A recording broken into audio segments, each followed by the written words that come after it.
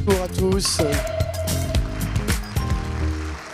Bienvenue à Sérimania, bienvenue au Théâtre du Nord, que je remercie une fois de plus et toutes ses équipes pour leur accueil si chaleureux pendant nos rencontres parlées, les discussions, les tables rondes et les masterclass qu'on est vraiment ravis de pouvoir faire ici, dans ce très très bel endroit.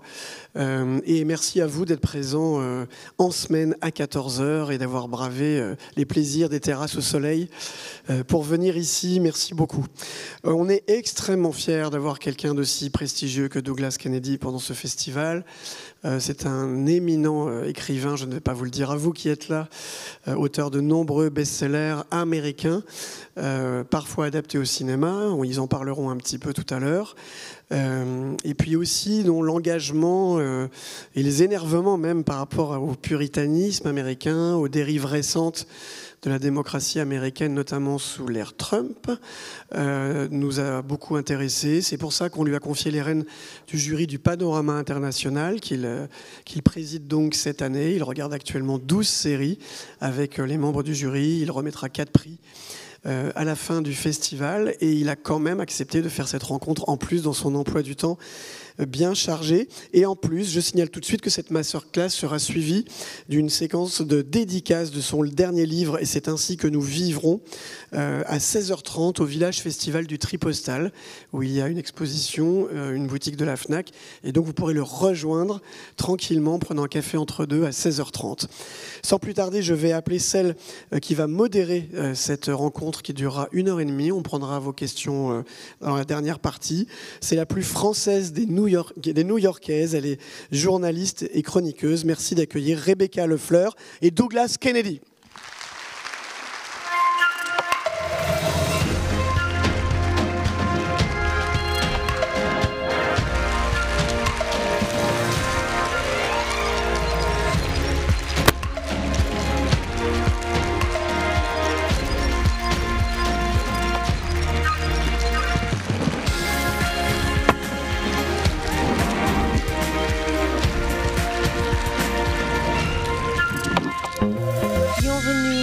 Masterclass du maître de mots Douglas Kennedy, qui est le plus francophile des auteurs américains ever.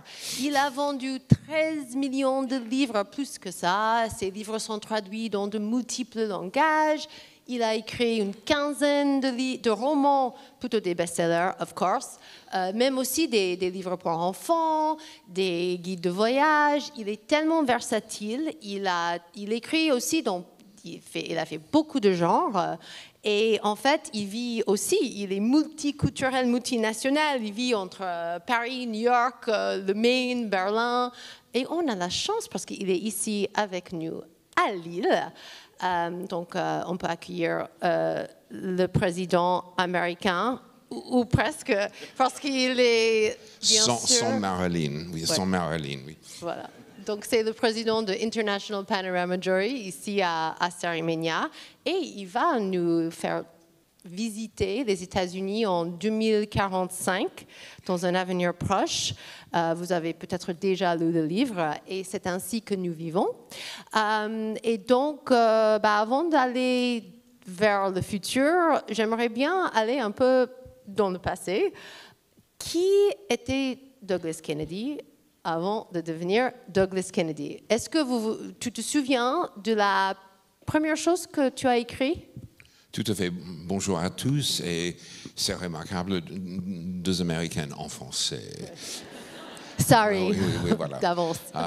C'est cool. La vérité, j'ai 69 ans, mais je reste jeune. Et je suis né le 1er janvier 1955 à Manhattan. Et à l'époque, il y avait une classe moyenne à Manhattan. Ça a disparu maintenant. Parce que c'est trop cher. Manhattan, de temps en temps, c'est comme Monaco, une île pour des riches. Mais j'ai grandi dans un appart de 65 mètres carrés. J'étais en fait l'enfant aîné. C'était un mariage pas terrible. Mais grâce à ça, pas à cause de ça, grâce à ça, je commence d'observer les dynamiques du couple très jeune et aussi je commence à fuir aussi. Mais quand j'avais 8 ans et j'étais dans une école progressiste jusqu'à j'avais 9 ans. Mais 8 ans, Madame Flack, ma prof, elle a demandé une petite nouvelle. Et j'ai écrit une petite nouvelle d'une gosse, 8 ans, à New York, dans un supermarché avec sa mère. Et il perd sa mère. Et il est très content d'être seul. Très, très freudienne. Et Madame Flack m'a dit 2 choses. Votre écriture est le plus pire de ma carrière. Et ça reste ça. C'est impossible de lire mon écriture. Et je tape, mais j'ai toujours un calepin, des notes. Vous allez devenir médecin ou écrivain. Mais je pense écrivain, Douglas. C'est talentueux. Et ça, c'était le début. Quand j'étais à l'université, j'ai essayé de publier, en fait, tout le temps, des nouvelles, la poésie, des choses comme ça. J'étais toujours rejeté par, en fait, le rédacteur qui est maintenant, franchement, en fait, un agent immobilier. Dieu est comme ça. Et franchement, en fait, j'ai fui les États-Unis en 70. Oui, c'était 77, pour Dublin, où j'ai étudié à Trinity College. J'ai créé une compagnie de théâtre à l'époque. C'était les années 70, donc c'était un collectif. Mais je commence à écrire tous les soirs. Et puis, après 18 mois, je suis devenu, en fait, le directeur de petit théâtre, de Théâtre National d'Irlande. J'avais 23 ans. Ça, c'était mon époque, Orson Welles. Et tous les soirs aussi, avec une machine à écrire manuelle, tap, tap, tap, et un paquet de cigarettes. Et le cliché. Oui, et dans une chambre de bonne à Dublin. Et c'était un processus très long. J'ai commencé d'écrire des pièces de théâtre et c'était aussi le début des années 80. Il y avait des pièces de théâtre tout le temps à la radio irlandaise et aussi à la BBC. Et j'ai trouvé un très petit public. Et puis, en fait, une pièce de théâtre pour le Théâtre National, après avoir quitté mon poste, qui était une catastrophe. Un désastre, des critiques en fait malveillantes, pas de spectateurs. Je me souviens très très bien d'une représentation avec 3 personnes. Et c'est intéressant. Après ça, j'ai dit à ma femme de l'époque, la mère de mes enfants, on va partir dans un an à Londres et je vais écrire mon premier livre. Et une petite histoire de ça, parce que le début de toutes les carrières sont intéressants. J'ai eu un agent pour mes pièces à Londres, qui était, si on était, oui, en Irlande, le Royaume-Uni, ça c'était le centre de tout. Et quand j'ai proposé un récit de voyage au sujet de l'Égypte, j'ai écrit un chapitre que j'ai envoyé à mon agent et il a envoyé deux agents littéraires de même agence. Et elle m'a envoyé une lettre. Douglas, la prochaine fois que vous êtes à Londres, appelez-moi. J'ai pensé, waouh, c'est superbe. C'était aussi une autre américaine qui a vécu longtemps à Londres. Je suis arrivé à son bureau et elle me dit, vous n'avez pas de talent. Je voulais dire ça face en face. Vous n'avez pas de talent. En fait, il faut trouver un autre métier. C'était un sadique, franchement. Mais tu l'as retrouvé depuis Et donc, ça, c'est quelque chose de romanesque est arrivé après ça. 3 mois après ça, à Dublin, j'ai reçu une lettre de même agence, mais un autre agent qui s'appelle Tony Peake. Et il me dit, je suis le nouveau agent littéraire. Ma collègue était licenciée. Il y a un Dieu. Et voilà. Et ma secrétaire a découvert votre chapitre dans une poubelle. Vraiment, vraiment. Et elle a voyagé en Égypte. Et elle a lu le chapitre. Et elle me dit, ce mec a du talent. Et pouvez-vous me visiter à à Londres. 2 jours après, j'étais à Londres. Et il m'a dit, OK, il y a des problèmes. Il faut faire ça, ça, ça, ça, ça. Je voudrais un autre G. J'ai écrit un autre 3G. Et après 9 mois, il m'a trouvé une maison d'édition, un petit contrat. Et ça, c'était Au-delà de Pyramide, qui reste, publié ici en France et ailleurs. Mais ça, c'est la musique du hasard. C'est un conte de fées. C'est Cendrillon, version l'écriture, en fait, un peu. Et tu disais que tu écrivais tous les soirs. Là, est-ce que tu écris tous les jours encore? Pas cette semaine, c'est un peu chargé. Trop de soirées sympas. Mais honnêtement, c'était prévu dans ma tête. J'ai juste terminé un séquencier du scénario. J'ai terminé aussi, en fait, la réécriture de notre livre. J'ai toujours des choses. Je suis compulsif. Ça, c'est aussi une vérité. Quand tout le monde a dit on a besoin d'un certain nombre d'années pour écrire un livre, fais attention. Je me souviens très très bien, c'était un journaliste de l'Express qui a écrit un roman, un pavé, que j'ai essayé à lire parce qu'on était dans une table ronde. Et il m'a dit, oui, mon roman, 7 ans de l'écriture, ça c'est un chef-d'œuvre. Et parce que je suis new-yorkais, et aussi je ne souffre pas des connards, j'ai dit, mais monsieur, Crime et Châtiment, 12 semaines. C'est la vérité. Dostoïevski a écrit Crime et Châtiment dans 12 semaines. Pourquoi? C'était un joueur, un alcoolique avec des dettes. Et c'était l'époque, en fait, où on peut gagner d'argent si on écrit des feuilletons toutes les semaines. Ça, c'est un chef-d'œuvre. Et mon point, OK, il y a, par exemple, j'adore Flaubert. Flaubert a eu une fortune familiale. Il a eu aussi, en fait, pas de femme, pas d'enfants, des maîtresses, plus facile. Et mais à la fin de sa vie, sa nièce a gâché sa fortune. Mais il a écrit peut-être 300 signes par jour.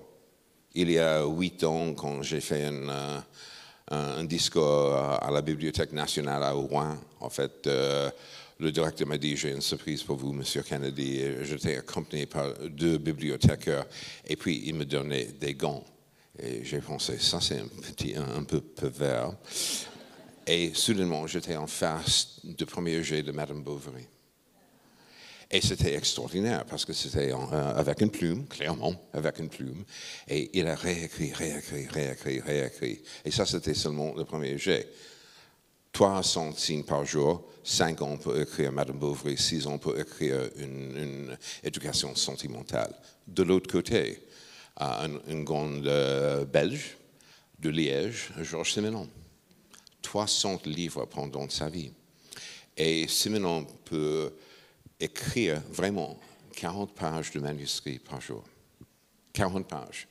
Imaginez ça. 15 jours pour écrire un roman. Je connais son fils qui vit à Lausanne et Simon a dit aussi, en fait, j'ai couché avec 10 000 femmes. Mais je pense que 95% du temps, il avait un change d'argent. Mais le mec était une machine. C'était extraordinaire. Et Henri Gide a dit, un des grands écrivains francophones du XXe siècle. Donc, qui a raison ici? Personne.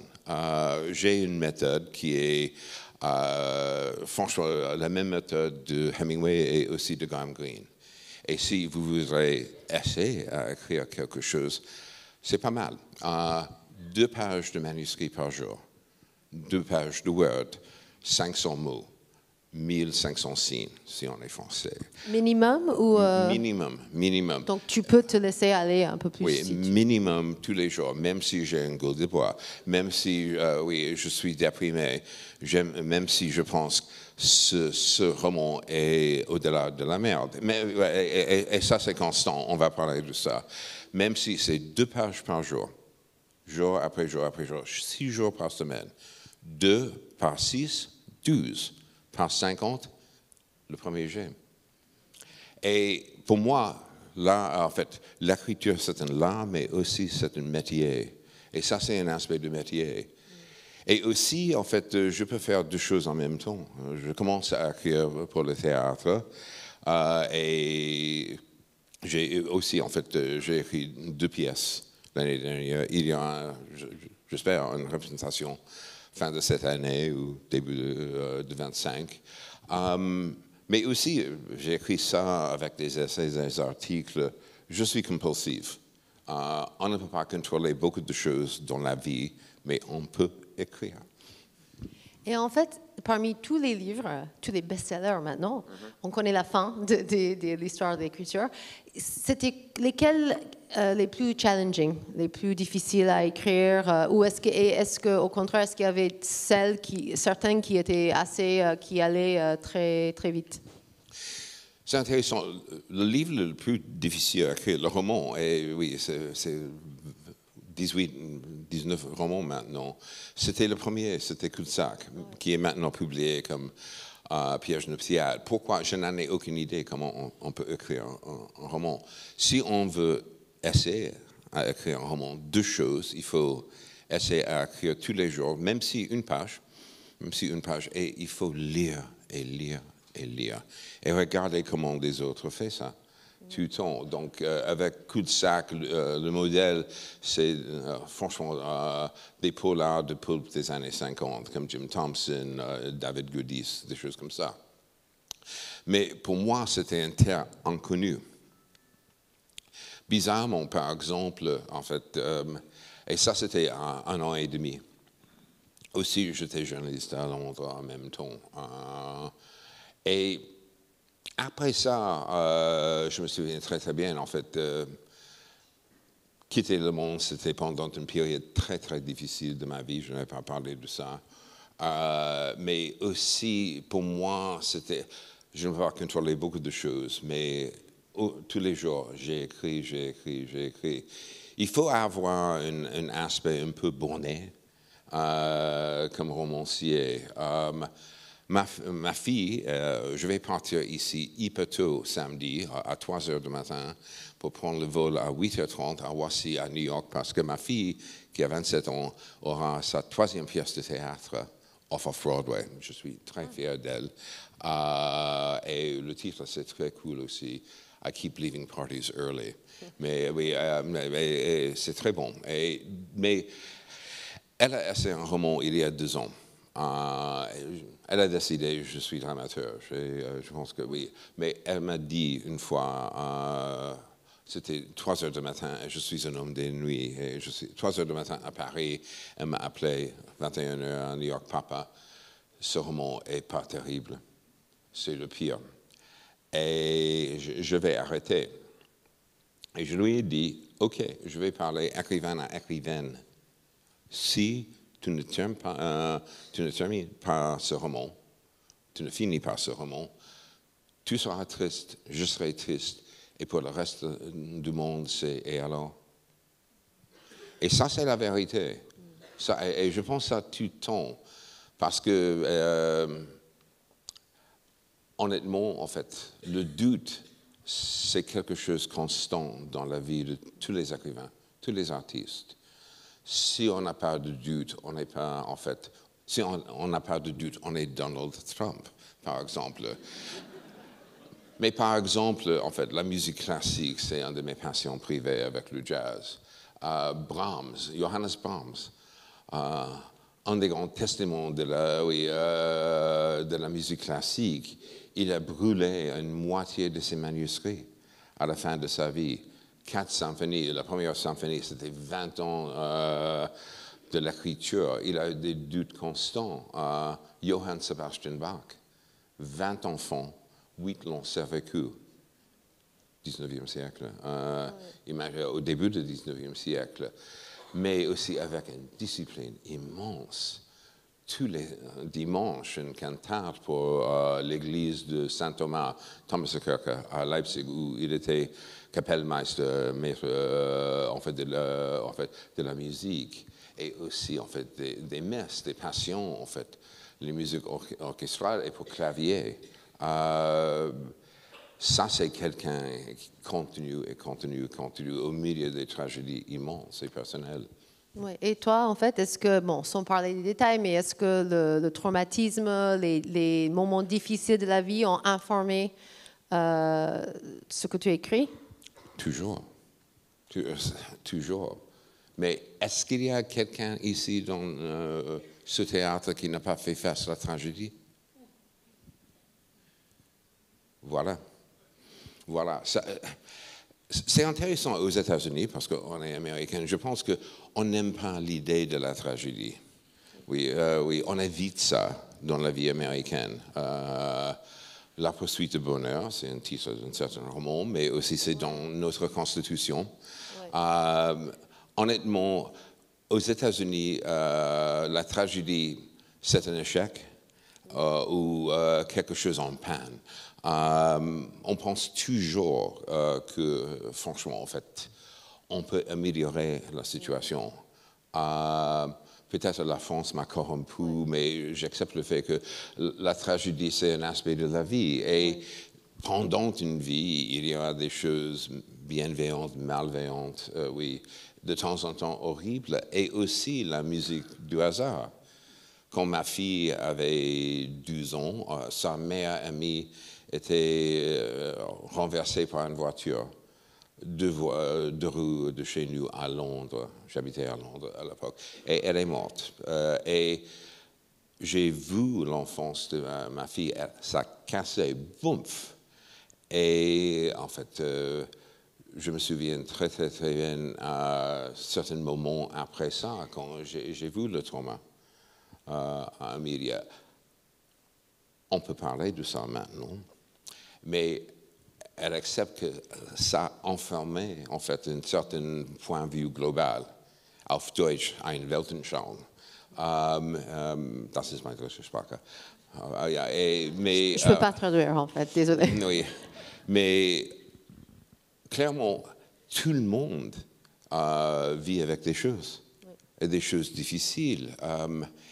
Et il faut utiliser ça comme artiste, comme romancier. Et donc, le fait que mes parents ont eu un mariage catastrophique et ma mère était maniaco-dépressive, et ce n'est pas pauvre moi, c'est grâce à ça. Je suis romancier. Et aussi, grâce à ça, je suis devenue très indépendante, très jeune. Et aussi, on a vécu à New York, oui, et culturellement, c'était remarquable. C'était fin des années 60, les années 70. Depuis mon 13e anniversaire, j'ai demandé un cadeau, un abonnement du musée de l'art moderne, parce que la Cinémathèque new-yorkaise était au sous-sol. Et c'était gratuit avec un abonnement. J'ai passé beaucoup d'heures là-bas dans les cinémas de l'art et l'essai. C'était l'époque quand Bernstein et puis Pierre Boulez ont dirigé la Philharmonie de New York, etc., etc. Honnêtement, en fait, oui, ce n'est pas une situation facile chez nous, mais aussi, grâce à ça, j'ai commencé à observer des couples. Et aussi, je commence de comprendre que aussi le malheur, c'est un choix. Mais ça c'est une grande question. Qu'est-ce que c'est le destin? Qu'est-ce que c'est le destin? Si on est croyant, Dieu est derrière de tout, en fait. Si on est mystique, en fait, oui, il y a des choses spirituelles. Peut-être j'ai les pieds sur le trottoir, mais je pense que le destin, c'est des choix. C'est du hasard et puis des choix. Oui, une petite histoire, en fait. J'étais dans un festival de films à Glasgow en 83. C'était ma dernière année au Théâtre National et j'ai produit un film pour la télé irlandaise. C'était dans le festival. J'étais au Zinc. Après, en fait, la projection, j'ai parlé avec une femme, une avocate d'Edinburgh, très séduisante, qui a pensé tout est nul. C'était évident. Et après une heure, j'ai dit, OK, grand plaisir, au revoir. Je suis allé à la réception, j'aimerais un taxi. et puis un mec complètement bourré et très glaswegienne était là-bas avec une nana très blonde, pas un expert de Wittgenstein, ok, clairement. Et il a dit, quand le taxi arrive, ça c'est mon taxi, mec. Et j'ai répondu, mais bien sûr, monsieur, voici votre taxi, bonne soirée. J'ai demandé à la réception, est-ce que c'est possible de m'appeler un autre taxi? À cet instant-là, une femme du centre de cinéma irlandaise, Grace Carley, est arrivée à l'hôtel. Douglas, Grace, un verre. Ça, c'était le moment que j'ai rencontré ma femme. Et 26 ans après, quand on était en plein divorce, j'ai pensé, oui, peut-être tout sera très différent si j'ai pris le taxi. Mais mon point, ça c'est la musique du hasard, et puis il y a des choix. Si j'ai proposé une verre et elle a dit non, pas ce soir, ou je vais rencontrer quelqu'un, le trajet de ma vie sera très différent, et pour elle aussi. Ouais. Et j'adore ça parce que c'est romanesque. Et en fait, ton processus d'écriture, c'est le hasard. Tu laisses un peu les idées venir, ou est-ce que tu vas essayer de les chercher, de trouver quelque chose? Qu'est-ce qui se passe dans ta tête, en fait? On veut savoir. Ça, c'est une bonne question. Où est-ce qu'on veut savoir? Et après 27 livres, je n'en ai aucune idée. Le truc, il y a des écrivains comme des architectes. John Irving, par exemple. Tout est planifié en avance. Et il y a une méthode qui pensait la méthode. Il n'a pas une méthode pour écrire. Somerset Maugham, grand écrivain des années 20 et 30 qui a vécu dans le Var, il a dit il y a 3 règles pour écrire un roman et personne ne les connaît. Et je suis 100% d'accord avec ça. Mes romans sont très structurés, très structurés, mais je n'ai jamais planifié des choses. Il y a une période, et je suis au milieu, en pleine période maintenant, quand en fait c'est le travail derrière de la tête. Et honnêtement, il y a un moment, j'imagine début mai, quand je vais commencer le prochain. Je n'ai jamais parlé de sujet. Même si avec mon éditrice à Paris, avec un INAST, et les éditions Belfond a été en fait ma famille française depuis, oh mon Dieu, c'est 28 ans aussi. C'est un vrai mariage de succès. Qui est rare. Mais le truc, je commence avec mes côtés de mots. Et je découvre le roman et le récit quand j'écris.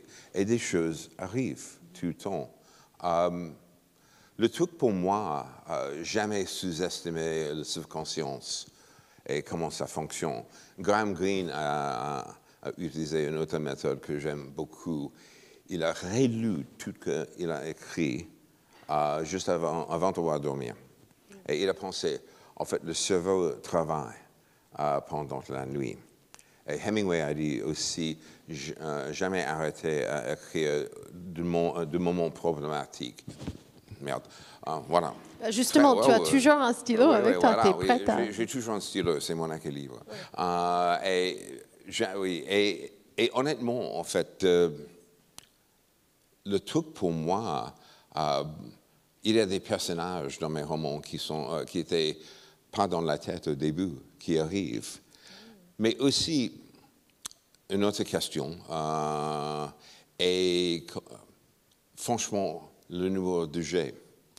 Mon premier jet, c'est pour moi-même, parce que c'est le jet quand je vais vomir. Bleh. Tout arrive. J'ai juste terminé une pièce de théâtre et j'ai pris le petit jeu avec mon agent qui adore la pièce. Mais il a vu en fait la dernière version. La première version avait 157 pages. La deuxième version, 137. Un metteur en scène à New York a organisé en fait une petite représentation en privé, un workshop, avec 2 acteurs. J'étais clairement présente. On a discuté et puis le metteur en scène et moi, on a eu un échange. Maintenant, en fait, la version finale sera 97 pages. Donc, j'ai coupé 60 pages. Ça, c'est aussi un aspect de mon écriture. Par exemple, en fait, ce livre, on sait que nous vivons avait franchement un autre 300 pages de premier jet. Mais pourquoi? Je découvre le roman avec ça. Et puis, en fait, je suis très brute avec un crayon rouge. Oui, et aussi, et puis, le moment le plus difficile pour moi, c'est quand on va livrer le roman ou la pièce d'une metteur en scène ou le roman à un de mes éditeurs éditrices, parce que c'est en dehors de mes mains maintenant. Et on attend, en fait, des critiques. Et ça, c'est toujours anxieux. Et est-ce que parfois tu jettes des idées ou tu jettes des pages et après tu les récupères? Tu te dis, ah ben en fait, c'était pas mal, ça peut aller maintenant avec... Ou c'est quand c'est over, it's over? Non, en fait, James Joyce a dit, il faut assassiner vos enfants comme un écrivain. Et je pense qu'il y a une certaine vérité de ça. Honnêtement, en fait, j'ai travaillé pour quelques années, elle était licenciée aussi, avec une éditrice très difficile à Londres, qui a toujours essayé d'écrire le roman dans son style. Et j'ai dit, non, c'est mon prénom et non sur la couverture, désolé. En même temps, en fait, Caroline Haas, qui est brillante, avant elle, Françoise Truffaut, j'ai une éditrice extraordinaire à Londres qui s'appelle Sue Freestone, qui est morte maintenant. Elle fumait comme pompier. Mais canadienne, donc on a eu cette tension canadienne-américaine à Londres. Mais on a travaillé au début avec La Poursuite du Bonheur et j'étais chez elle à Chiswick avec le manuscrit sur sa table de cuisine et elle a fait en fait le plus mauvais thé de ma vie et avec ses cigarettes Silkart et elle a une voix comme ça, un peu comme Lauren Bacall. That is the worst sentence I've ever read.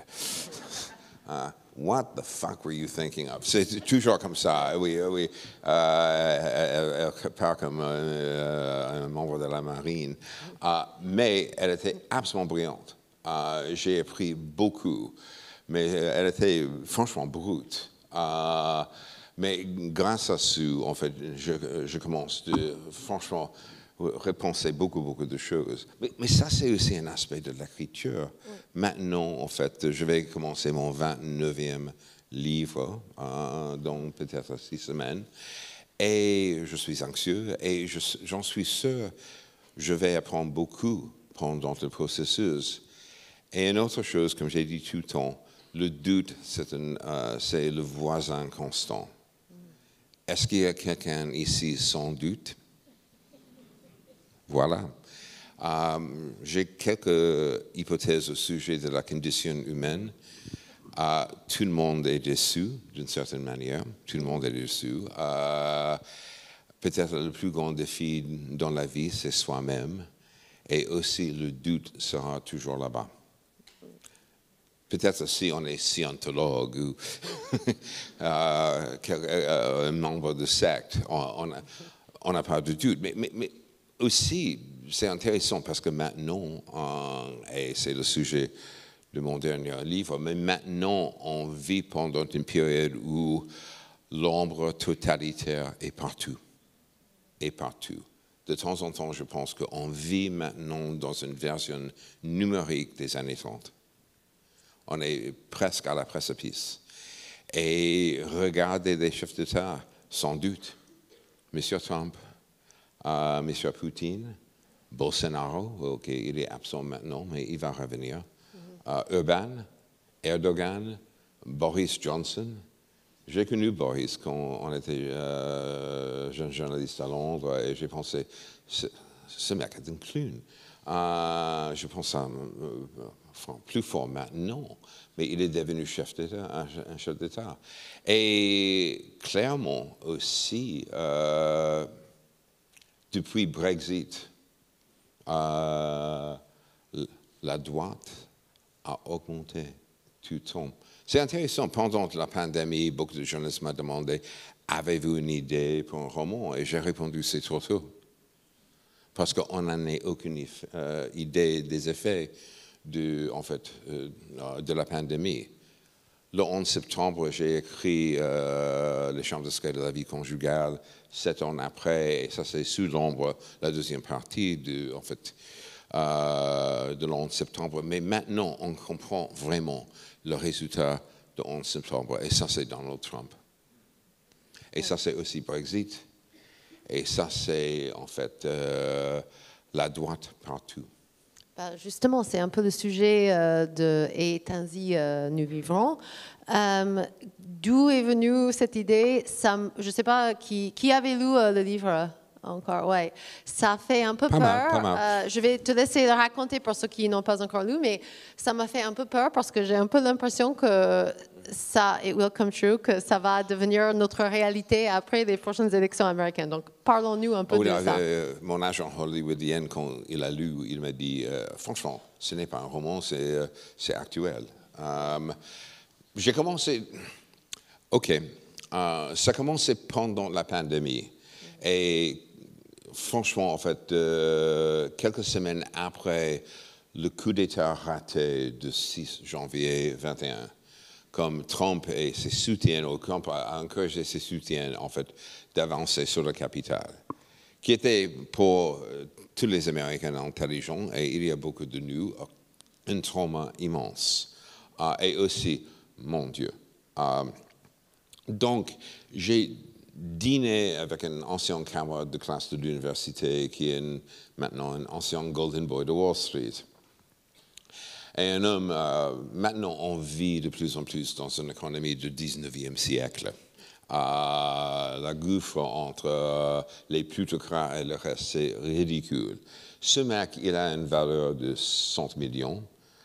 Donc, quand il a proposé le dîner, j'ai pensé, OK, et tu vas payer.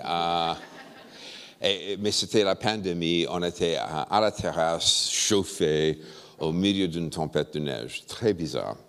Et il a lu mon dernier roman, en fait, Les hommes ont peur de la lumière, où le sujet est l'avortement. Ce n'était pas encore publié, mais il a lu, en fait, un PDF parce qu'il a demandé ça. Et on a discuté le fait que depuis Trump et les 3 juges de Cour suprême, hyper conservateurs, maintenant, en fait, la droite fédérale de l'avortement est finie. Et ce mec, qui est hyper bien connecté, il m'a dit quelque chose d'extraordinaire. Qui contrôle l'argent ici, chez nous? C'est les deux côtes. La Californie a la 4e économie la plus importante du monde. Et on est ici, à ta ville natale, Douglas, New York, le centre de la finance globale. Pourquoi on continue de subventionner des voyous du Midwest et Sud, des néo-chrétiens qui sont des néo-crétins, il a dit ça. Peut-être à l'avenir, il faut commencer un divorce. Et seulement, bingo, de temps en temps, il y a un moment quand j'ai pensé, waouh, ça c'est pas mal. Et ça, c'était le début de ce roman. L'action se déroule en 2045, qui est juste à côté, en 21 ans. Et c'est après une guerre de sécession froide, où les deux côtes et quelques États du Nord ont décidé de quitter, en fait, les États-Unis. Maintenant, il y a 2 pays. Oui, il y a au centre et dans le sud les États rouges aujourd'hui. Ça, c'est une nouvelle confédération, une théocratie hyper chrétienne. L'avortement, ça, c'est la peine de mort. Si on est homosexuel, il y a des camps pour rééduquer. des gens, si on est une femme et on n'a pas des enfants jusqu'à 35 ans, il y a des amendes, des choses comme ça. C'est sûr que c'est 2045 parce que j'ai l'impression que Oui, tout à fait. tu peux parler un peu d'aujourd'hui. Non, il y a beaucoup de chez nous qui veulent ça maintenant. Oui. Maintenant.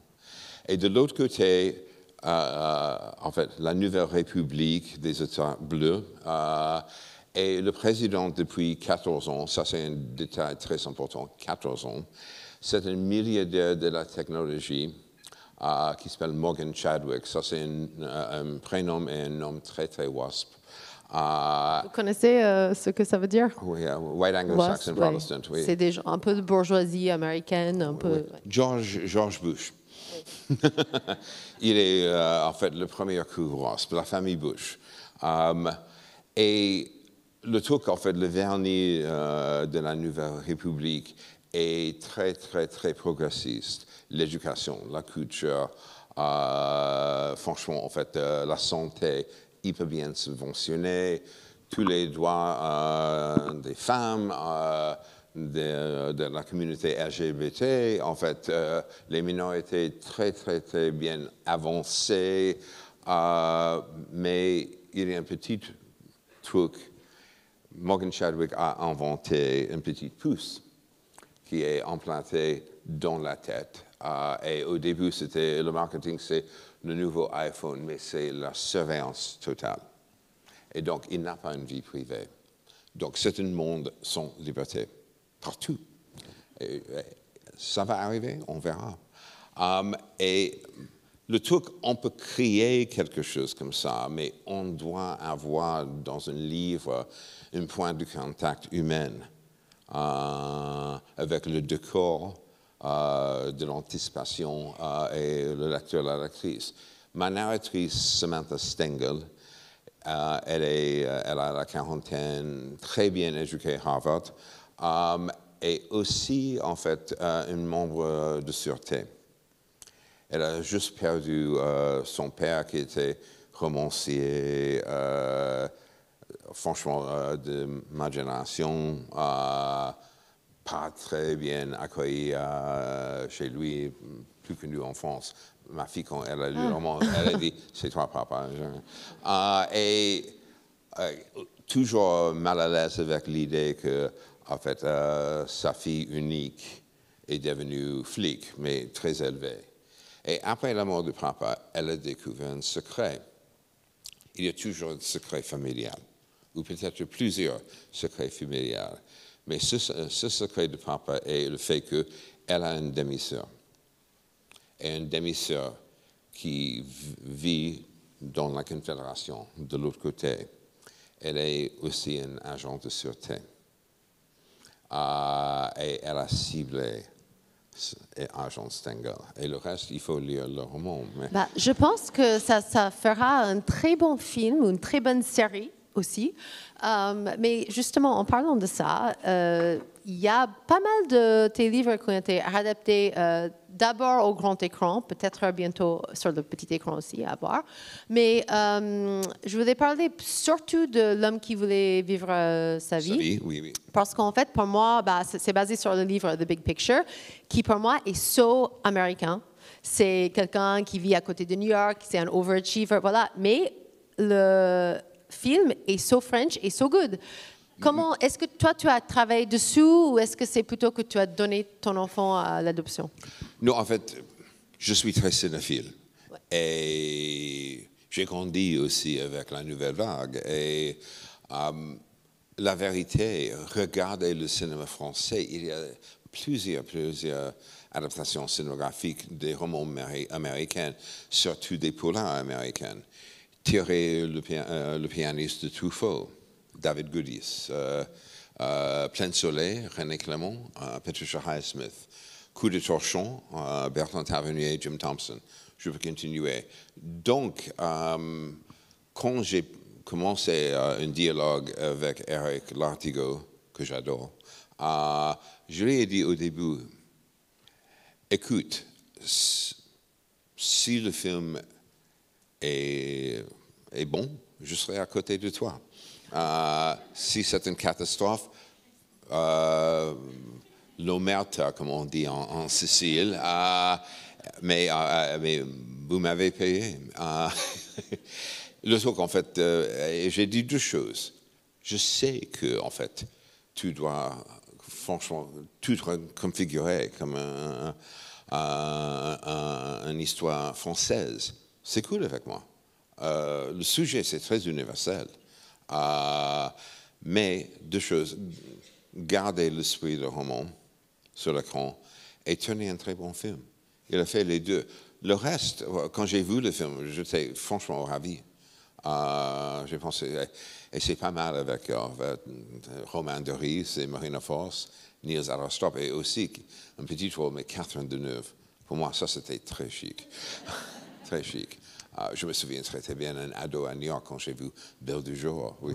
Et l'idée que 30 ans après, elle est dans un film d'un de mes romans, c'était extraordinaire.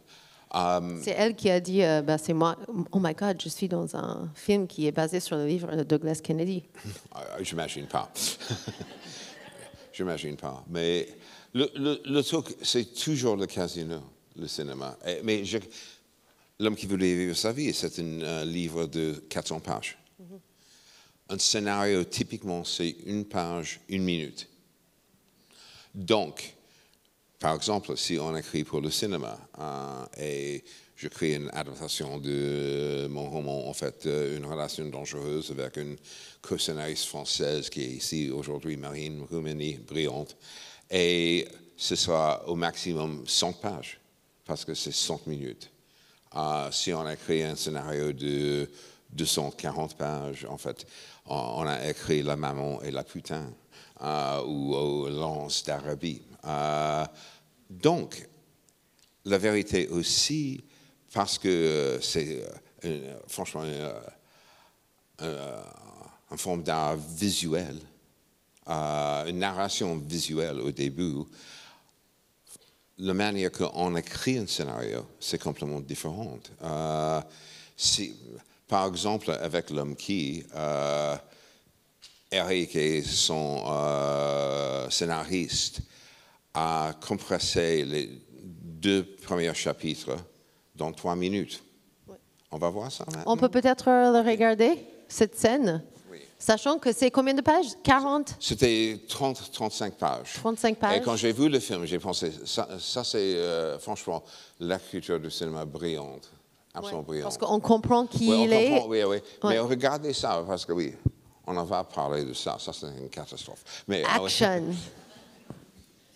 Action, ouais.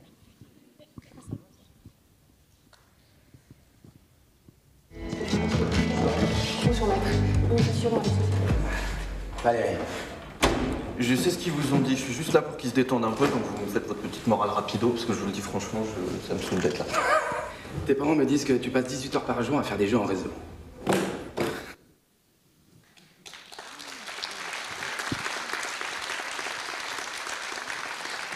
Donc, ça, c'est 40 pages de mon roman. Oui.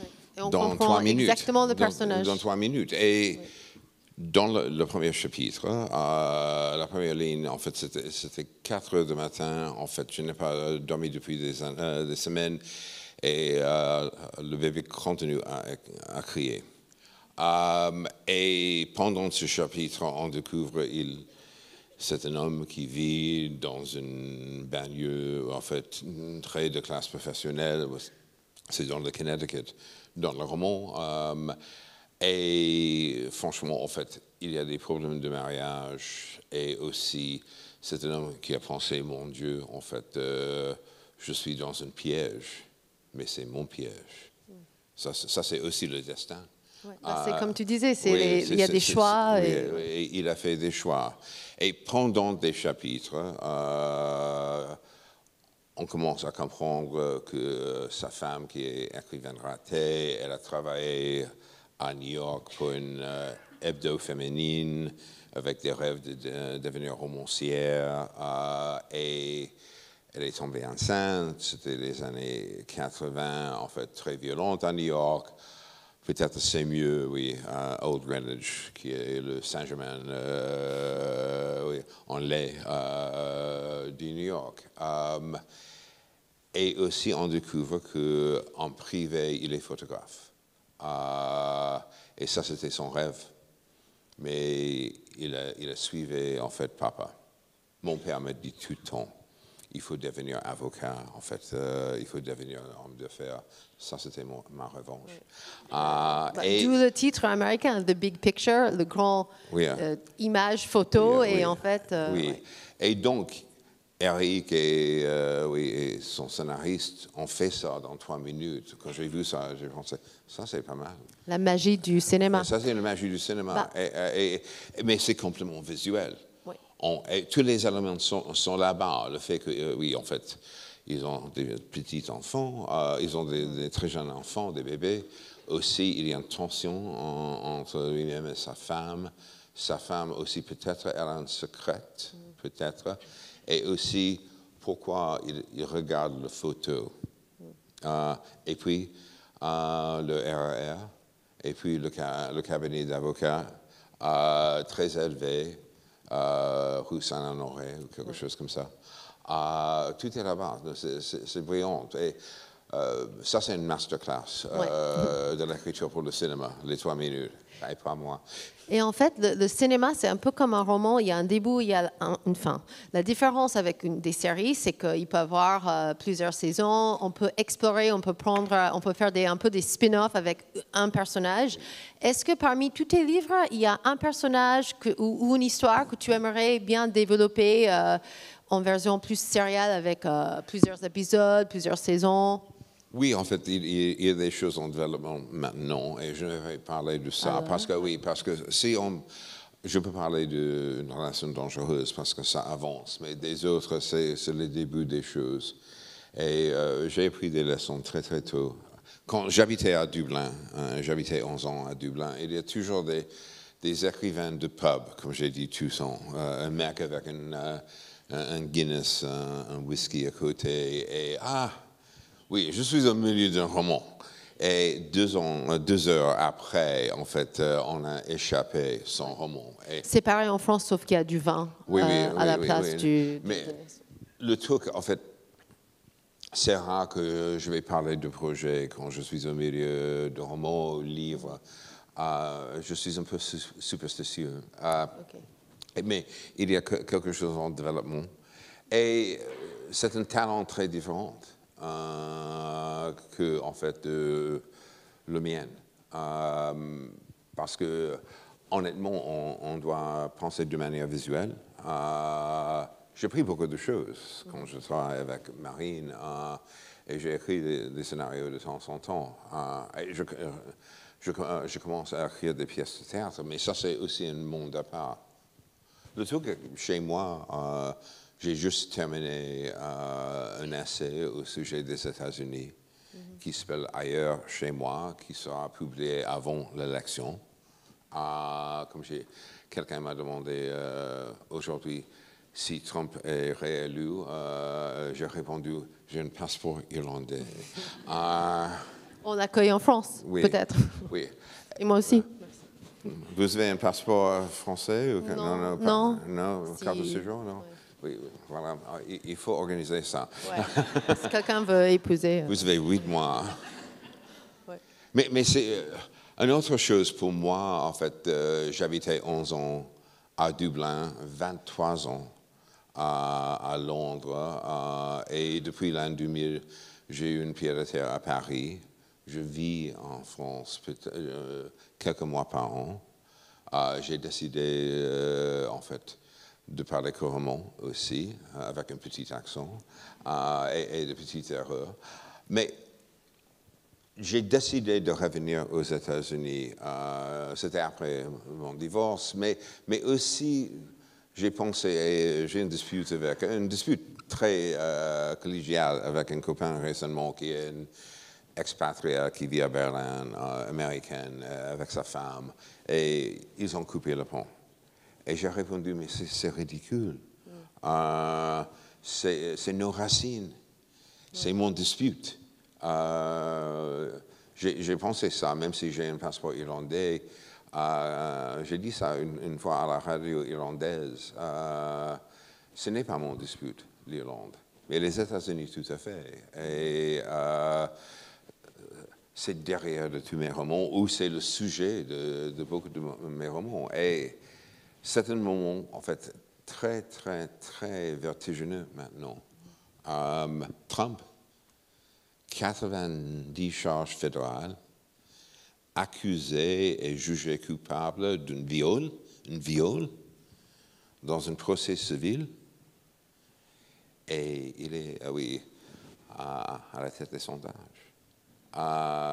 C'est extraordinaire. Et pour moi, en fait, Biden, franchement, l'économie est stable, l'inflation a diminué, il a créé presque 400 000 nouveaux postes. Il est franchement, en fait, très modéré. Et aussi, parce qu'il était sénateur pendant des années et aussi vice-président, il connaît le système très, très bien. Le problème est l'idée de l'image. Et l'image compte beaucoup aux États-Unis. Et pour beaucoup d'entre nous, quand ils voient Biden, quand je vois Biden, je pense du titre du film, La nuit des morts vivants. Et j'ai parlé récemment avec mon fils et ma fille, et ils ont peur parce que leur génération sont démotivées maintenant. Maintenant. Honnêtement, en fait, ce sera très serré. Et aujourd'hui, j'ai lu dans le New York Times, je lis 4 journaux par jour. Je pense que ça, c'est aussi très important, de rester très actuel. Honnêtement, en fait, je lis beaucoup de revues littéraires, politiques et aussi économiques, parce que l'argent est derrière de tout. Oui, c'est toujours derrière de tout. La guerre ukrainienne suivait l'argent. Hamas suivait l'argent. C'est toujours là-bas.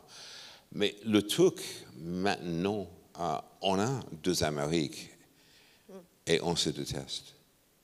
Non, mais ça va venir. Vous allez voir, ça va devenir un livre de non-fiction en 2020, 2045. Et là, parlons-nous juste un petit peu avant de... si vous avez, j'imagine, quelques questions aussi, vous.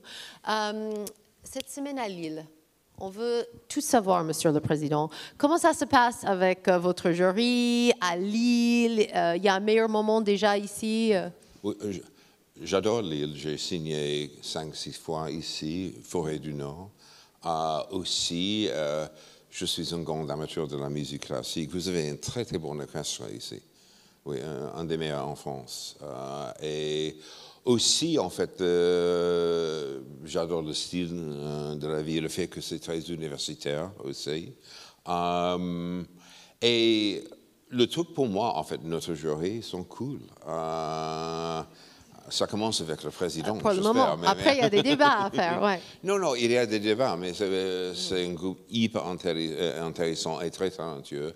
Et j'espère avec un respect mutuel. Pour moi, je ne suis pas quelqu'un de cynique. Je n'aime pas des gens qui sont très cyniques. J'ai une curiosité immense. Et typiquement, quand je suis à Paris, à New York, à Londres, Berlin, en fait... Maine. Même si le Maine, où il y a 2-3 cinémas de l'art et de la à côté, et aussi des concerts, mais je sors la plupart des soirées. Et comme j'ai dit, je lis au minimum un livre par semaine, typiquement 2. Je vois au minimum 2 films. Donc, l'idée qu'on va voir, en fait, 10 séries cette semaine, c'est intéressant. Et on commence avec l'idée, OK, montrez-moi quelque chose. Et si c'est bon, si c'est pas bon, si c'est au milieu. Le truc maintenant, la télé a complètement transformé depuis 20-25 ans.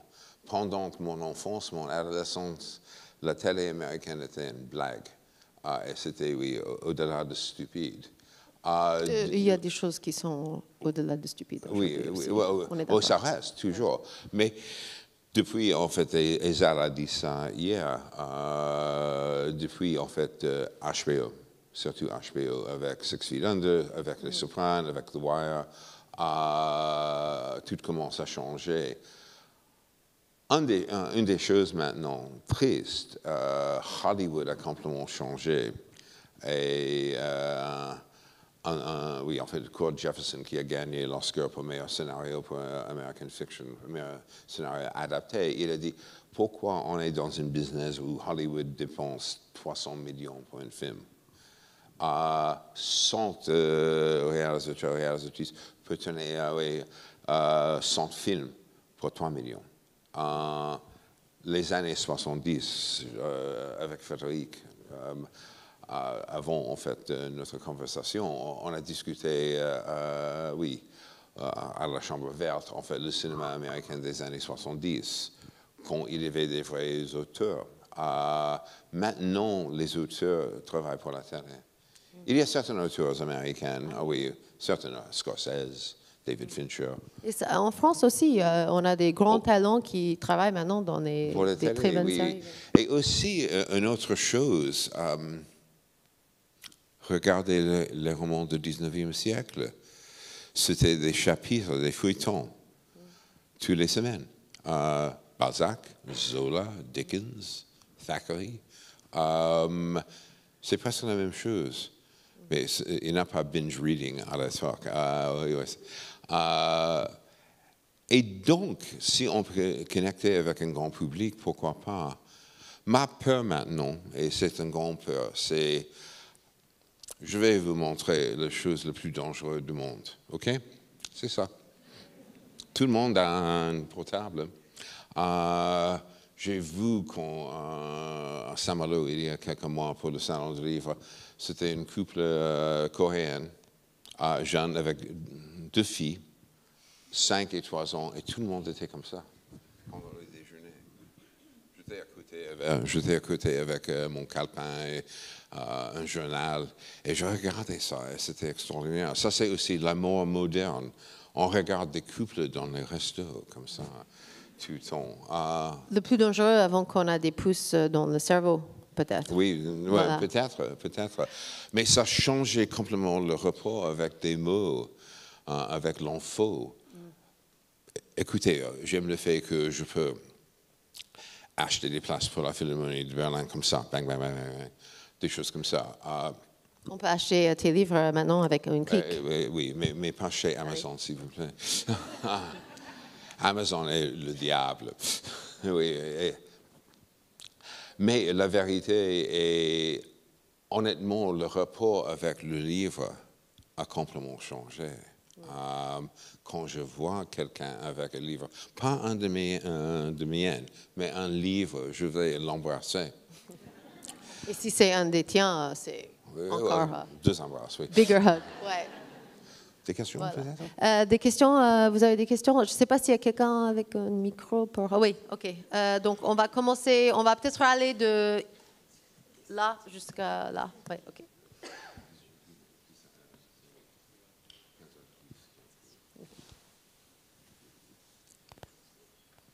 Bonjour, merci. Je voudrais vous demander, est-ce que dans vos romans, vous parlez du rêve américain? Et qu'en pensez-vous? Merci. Ça, c'est dans le passé, le rêve américain. Le rêve américain, je pense que 2 choses. C'était l'idée qu'on peut arriver comme émigré et créer une fortune. Andrew Carnegie, d'acier et aussi des chemins de fer. Franchement, en fait, beaucoup de gens. Mais aussi, le rêve américain était franchement le fait que la classe moyenne peut avoir une qualité de vie plus élevée que le reste du monde. Et ça existait jusqu'à la fin des années 80.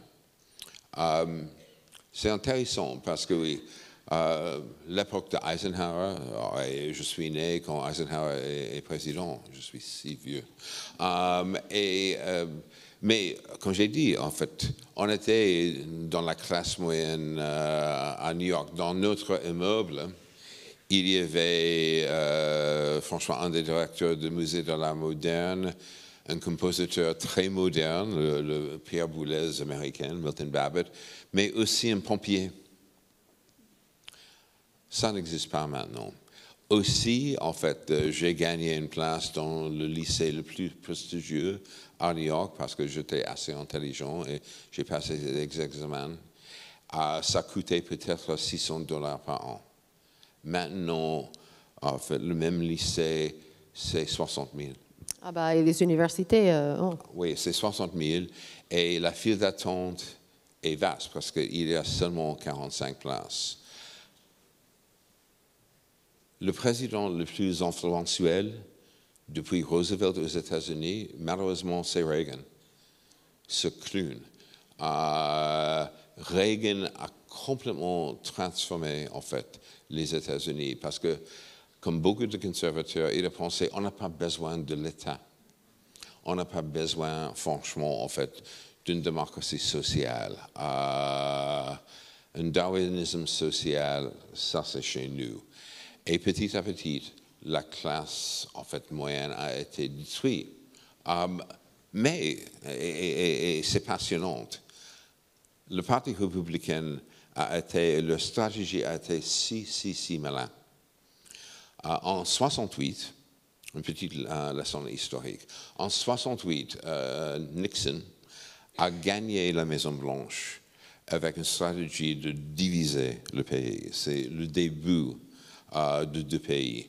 Et il a dit, OK, c'était 68, deux assassinations horribles, Martin Luther King et Bobby Kennedy, mais aussi des manifs contre la guerre vietnamienne, aussi des émeutes dans les ghettos, et aussi sexe et drogues et rock'n'roll.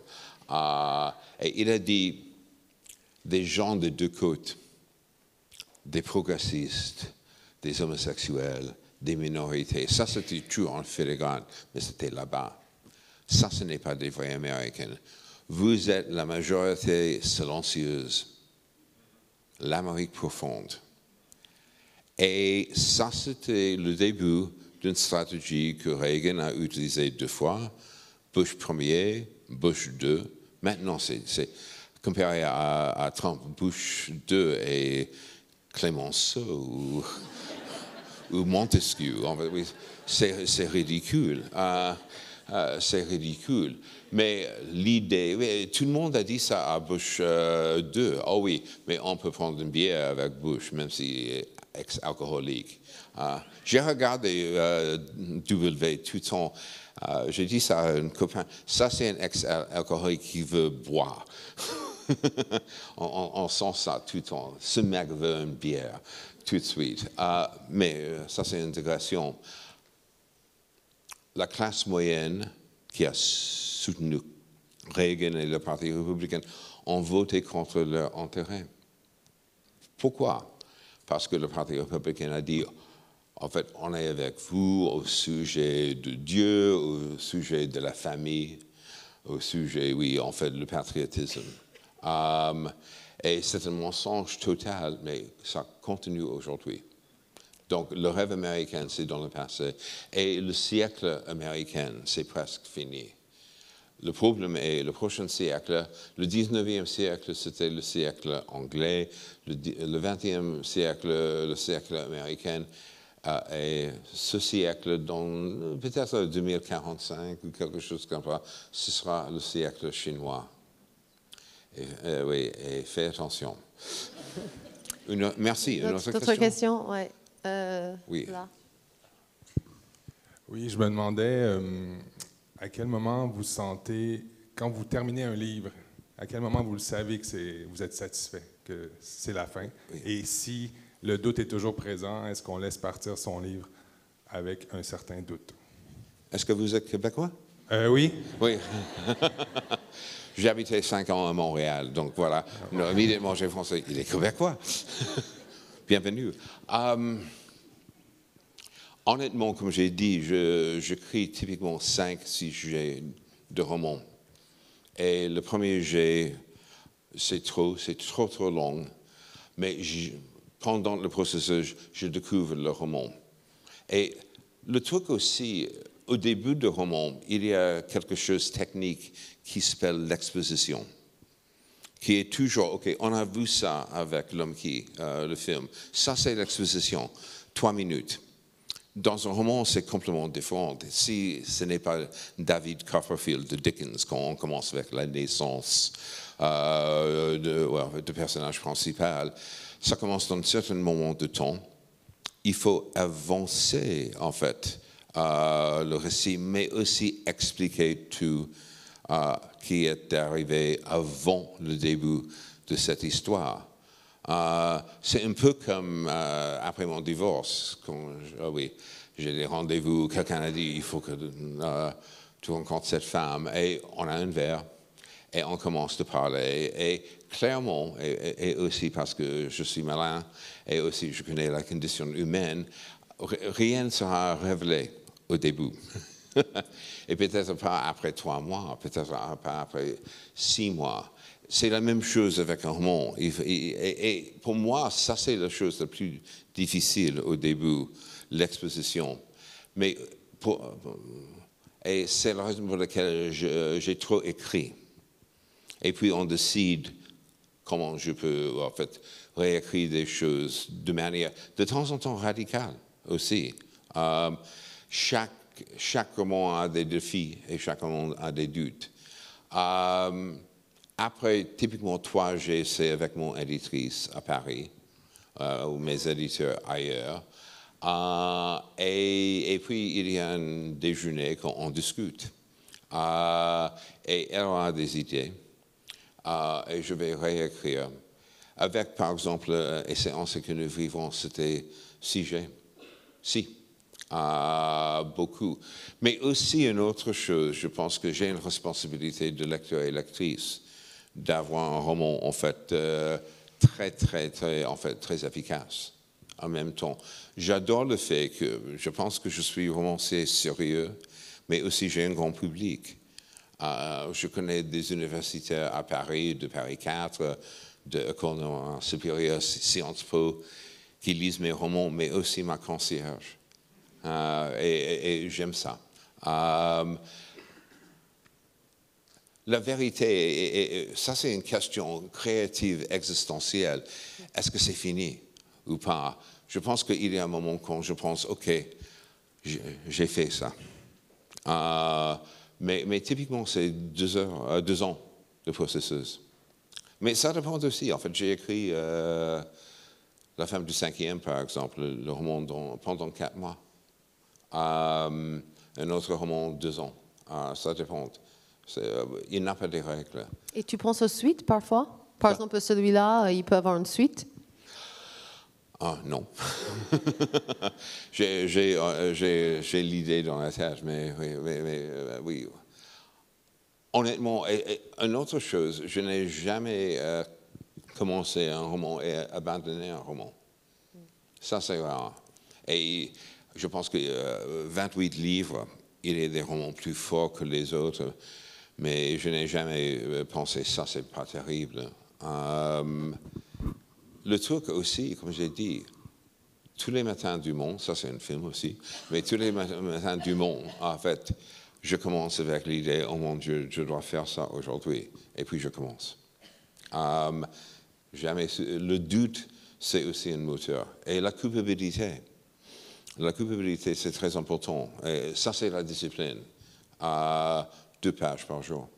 Minimum. Merci. Une autre question? Il y a des dames ici. En fait, moi, ma question, est-ce que tu as un livre, je pense que c'est demandé entre des enfants, mais tu as un livre préféré? En préparé? Préféré. Oh, préféré. Oui, mais ça, c'est entre moi-même et moi-même. Très bien. Non, si je dis, oh, c'est mon roman préféré, tout le monde a pensé pourquoi. Non, je reste en dehors du Mais toi, tu le sais. Il y a certains livres qui je pense, ça c'était pas mal. Il y a une étagère chez moi dans le 10e arrondissement de Paris avec tous mes livres. Et de temps en temps, je regarde ça et je pense, j'ai fait ça. Et je pense toujours quand un livre est fini, OK, et le prochain? Je suis comme un requin. OK, j'ai mangé ça, boum. C'est très américain, ça, oui, je pense. La poursuite du... Ouais. Madame. Il y a donc dans votre façon d'écrire, en fait, un amour de la France de temps en temps. Enfin, on voit que vous aimez parler français, etc. Et je voulais savoir si de temps en temps il vous est arrivé d'avoir envie d'écrire une short story en français, ou quand vous êtes longtemps en France, est-ce qu'il vous arrive de rêver en français? Je rêve en français, c'est sûr, et je vis une moitié de ma vie en français. Mais j'ai une très bonne traductrice et elle a besoin de travail. Je pensais au moins à un premier jet, en tout cas, oui, vous disiez que... Voilà. Mais une petite histoire très chouette. Chloé Royer est ma traductrice depuis la Symphonie du hasard. Et après 20 ans, on a décidé de changer le traductrice. Et j'ai juste livré les 3 tomes de la Symphonie du hasard. Et la directrice des traductions, en fait, chez Belfond, il y avait cette jeune stagiaire, 24 ans, Chloé. Et lui a donné les 2 premiers chapitres. Voici le nouveau Kennedy, un exercice. Essayez ça. Traduisez ça. Mon éditrice de l'époque, Françoise Trifot, m'a tout envoyé. François, toujours, un visage de poker.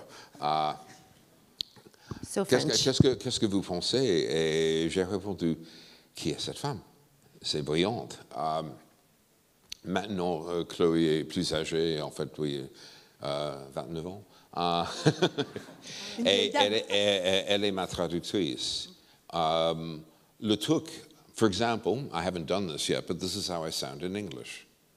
You know, now the whole way I speak is different, isn't it? I have a different rhythm to how I speak, a different tone que le français. Et c'est la même chose, en fait, avec une traduction. Elle doit me réinventer en français. Donc, elle est mon ombre en français, ou auf Deutsch mein Doppelgänger. Franchement, elle est brillante. Donc, elle a besoin de travail. Et aussi, oui, on